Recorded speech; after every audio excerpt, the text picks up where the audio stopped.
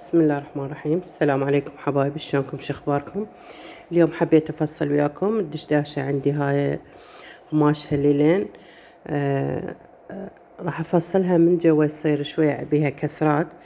اول شي اني خليت بيها عرض، طبقتها 4 طبقات كليتها، ما قصيت للاردان، خليتها وياها على مود العرض مالتها كلوشة، والكسرات تصير هواية.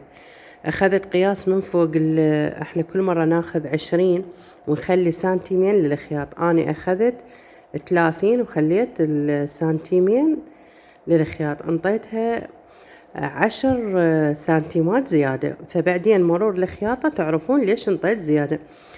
فأخذت القياسات. المهم هاي شوفوا من جوا على مود راح أسوي الكسرات مالتها مثلثة، ما أسويها مثل كل مرة دائري، راح أسويها مثلثة. هاي هنا أنا قصة نزلت الصدر 25، وبعدين من هنا أنا همينة 25، ونزلت الحفرة مال الأبط هماتين تقريبا 26 الأبط نزلت. فأخذت القياس مالته وقصيته. الصدر ما راح أقصها، راح أخليها وياها.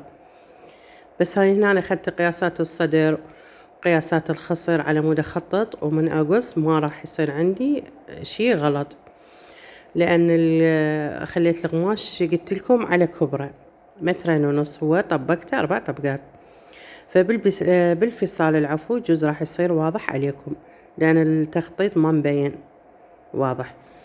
هاي هنا قصيت الحفرة مالت الأبط، راح أخذ هيج تقويسة شوية من يم الخصر، أدخل تقريبا 13 سنتيم هيج، وبعدين أبدي أطلع شوي شوية حتى تصير مخصرة عندي. وعلى مود هذا القماش المتبقي نسوي من عنده الأردان. العفو. هسه راح أبدي أقص أكمل وياكم، وتشوفون شلون القصة من جوا سويتها مثلثة، وكلش طلعت حلوة ما شاء الله. هاي لهنا أنا قصيتها على مود تبقى زيادة لتصير لي كسرات من جوا الكشكش، وذاك باقي القماش راح أسوي من عنده الأردان. هاي شوفوا كملنا. هاي الزيادة تقريبا 20 سنتيم، وهاي راح أقص. أنا مخططة الصراحة بس الخطوط ما واضحة، ما أعرف ليش. هاي تثليثة راح تصير مثلثة، كلش حلوة بالخياط وباللبس ما شاء الله حيل حلوة طلعت على صاحبته. هاي هنا حفرة الرقبة العادية، أصبعين نازل والعرض 4 أصابع. هاي بالأصابع، مرة واحدة قالت لي من البنات تيد بالأصابع، ولا بالسنتيمات 8 سنتيمات و3 نازل.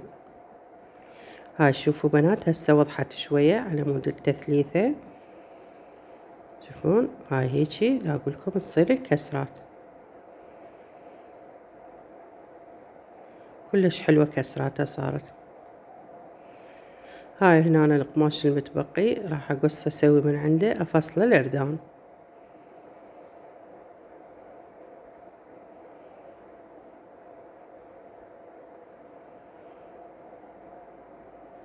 أنا صفطته، صارت عندي جهة مفتوحة وجهة مسدودة، لأن قلت لكم القش على طبقته طبقنا، فراح أفتح الأردان الثاني وأعادلهن ويصير اثنينهن مفتوحات.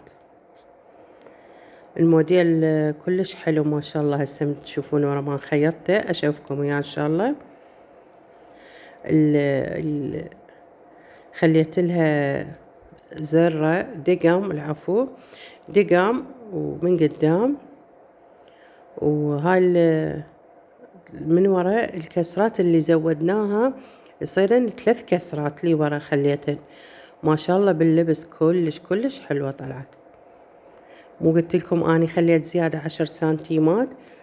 ال10 سنتيمات سويت اللي ورا اللي البدن مال الظهر العفو، خليت بيه 3 كسرات، ومن قدام خليتها شلون كأنما مسطرة مال دقم، بس ما عزلتها من القماش نفسه، طبقتها وخيطتها على طول القماش. هاي هنا دا اقول لكم شلون راح اطبقها، اخيطها على طول القماش هيك امشي بيها حتى تصير شلون من المسطرة مال الدقم تقريبا المسطرة، بس لي جوا ما انزل لي من المثلثة. هسه تشوفوها ان شاء الله شوي شوي من اني واخيط تفتهموها اكثر.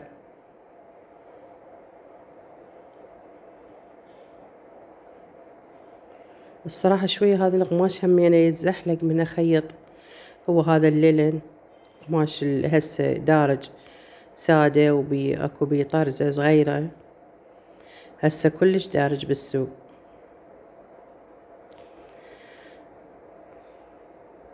هاي 4 سنتيمات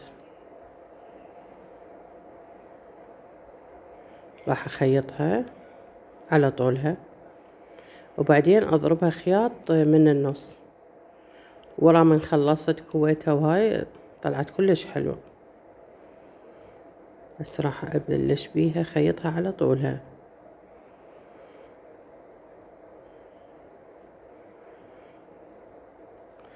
ما اعرف اذا التصوير شوية مو واضح، ما اعرف، هو هماتين اني دا اخيط بالليل الصراحة، كنت اخيط بيها والتصوير كان كلش حلو وواضح من صورت، بس من منتجته ما اعرف ليش شوية يعني عبايك الاضاءة مو قوية. هاي هنا أنا جاي راح اقص للرقبة من قدام وللرقبة اللي ورا، البطانة العفو، قصيت البطانة مالت الظهر والبطانة اللي قدام.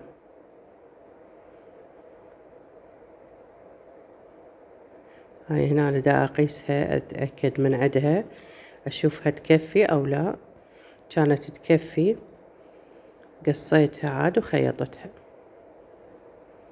إن شاء الله أتمنى تكونون يعني تفتهمون وواضحة عليكم، وإن شاء الله من أخيط النوب أكثر يكون أوضح، الشرح أوضح، الخياط أوضح.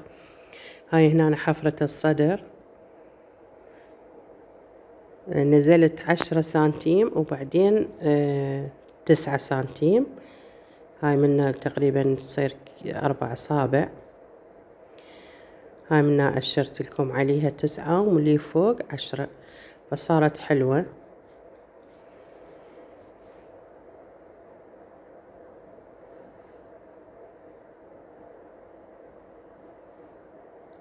وهماتين أنا دا أسرع شوية على مود الفيديو ما يطول عليكم ويصير ممل، لأن من الفيديو تفصلين وتخيطين يصير هواية.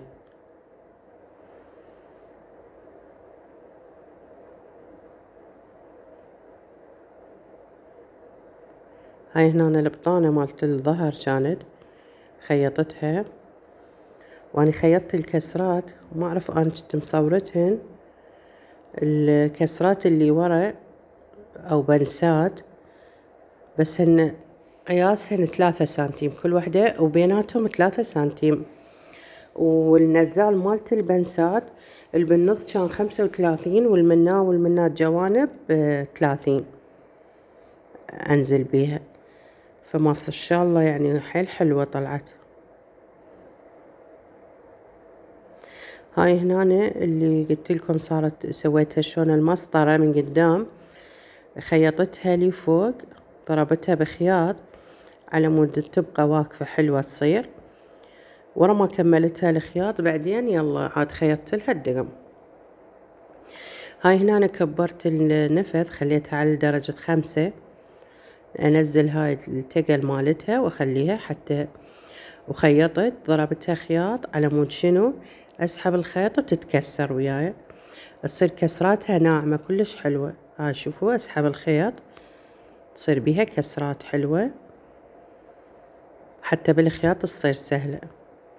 او اذا حابين انتو تكسروها بديكم انتو تخيطون، اني مرات هيجي اسوي ومرات هيجي اخيطها بس اكبر النفذ فتصير عندي الكسرات كلش حلوة ناعمة. هاي هنا عاد راح اخيطها اطبقها على قماش.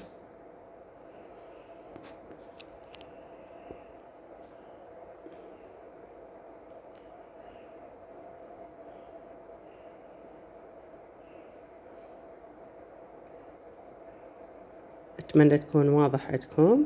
هاي شوفوا بنات جاي أخيط بيها طبقتها الوجه على الوجه، وأهم شي تشوفوها مضبوطة الوجه على الوجه حتى ما تصير عندكم خربطة تقوموا تفتقون وهاي بتتأخرون.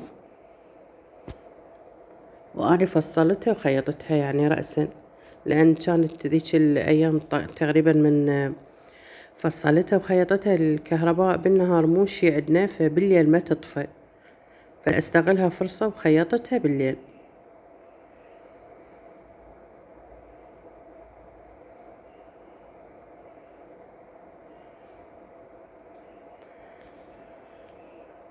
هاي هيج خيطتها. هاي الأمام والظهر نفس الشي. شوف دا أشوفكم الكسرات بس مع الأسف ما واضحة حيل الصورة، ما أعرف هنا يمكن طفت الكهرباء عندنا أو لا ما أعرف.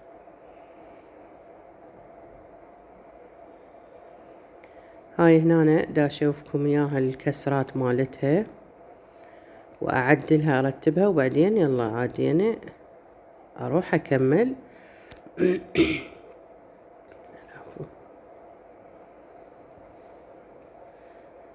هاي دا أشوفكم بيها أقولكم يعني واضحة، وكويت الكسرات.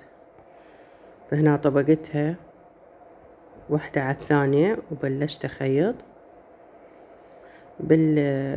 بالسوتاج أو أنا خليت سوتاج هيج خفيف كلش حلو على الصدر.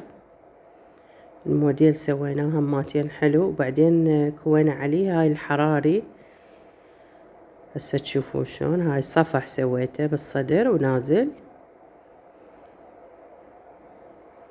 لون خليته أسود لأن شوي على مود يبرز يبين بيها. خليت شوف هاي هنا الدرب الثاني أو الخط الثاني، وأنا هماتين خططت يعني كله تخطيط، وهاي على مود تتعلمون تخططون يلا تخيطون وما يصير عندي عوج، بس ما أعرف ليش ما واضح. هاي هنا الخط الثالث كملته.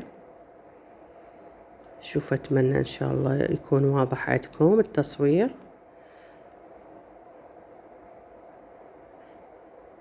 ومنها هماتين ثلاثة. ما أحب أكثر هواية هاي غراج وما أعرف شنو. لا العفو، هاي ما كويت لها الحراري، ذيك الثانية كويت لها الحراري، بس يمكنني ما صورتها الوردية، بس إن شاء الله بعدين أشوفكم إياها. هاي بس خيطت لها ذني السوتاج هذا الرفيع أسود وبيخط يلمع.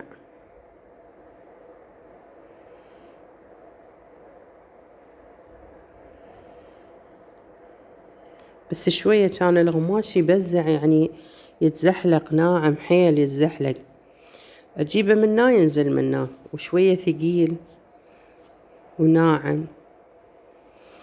هاي هنا راح أطبق الردانات وهي قلت لكم مفتوحة، طبقتها واحدة على الثانية، أخلي الوجه على الوجه، وراح أخلي نفس السوتاج اللي خليته بالصدر راح أخليه على الردان على طول الخياط، همين ما يبين إنها مقصوص، همين طجمالية كلش حلوة. إذا وصلتوا لهنا لا تنسون حبايب دوسولنا لايك، وإذا ما مشتركين اشتركوا بالقناة،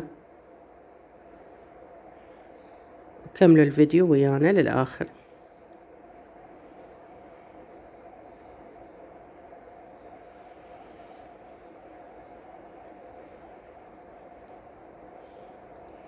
هاي هنا أنا طبقته، بعدين قمت أخيط بالسوتاج اللي فوق الخط تماما حتى ما يبين انه متفصل ومقصوص، وانطة جمالية كلش حلوة يعني باللبس حيل حلو.